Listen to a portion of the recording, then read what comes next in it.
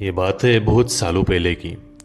अंदरसुनिया Spain में San Diego नाम का एक शेपर्ड लड़का रहता था।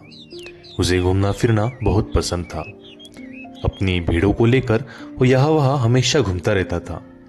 उसके जहन में हमेशा एक लड़की का ख्याल रहता था जिसे वो तरीफा में मिला था।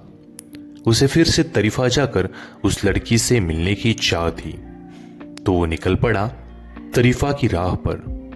चलते चलते उसे रास्ते में रात हो गई और उसे आराम करना था। तब उसे उसके सामने चर्च दिखाई दिया। उसने उसकी सारी भेड़ें चर्च के बाहर बांध दी और पास के ही सिकामोर ट्री के नीचे वो सो गया। देर रात में उसे एक सपना आया। सपने में उसने देखा कि इजिप्ट के जो पिरामिड है उसके नीचे बहुत सारा सोना छुपाया गया है। हालांकि यह सपना सैंडियागो को बार बार आता था। वो सोचने लगा कुछ तो बात है इस सपने में।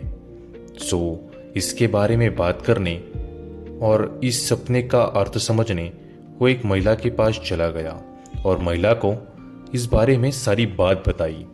सारी बात जानकर औरत बोली कि हाँ, अगर मैं तुम्हें इस बात के पीछे की सच्चाई बताता हूं तो तुम मुझे क्या दोगे। औरत ने सैंडियागो से 10 में से 1 हिस्सा मांगा। फिर सैंडियागो भी इस चीज के लिए मान जाता है।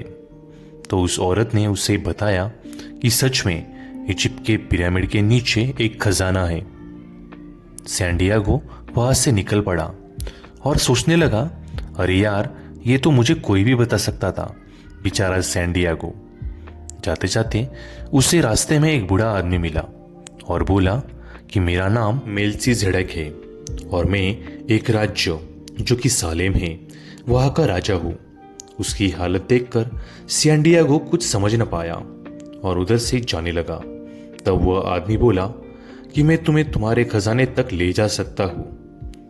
उसने सैंडियागो से एक बात बोली कि हर किसी के जीवन में एक महान व्यक्ति आता है और वह जीवन का पथ दिखाता है और तुमको तुम्हारे फल यानी खजाने तक पहुंचा सकता है।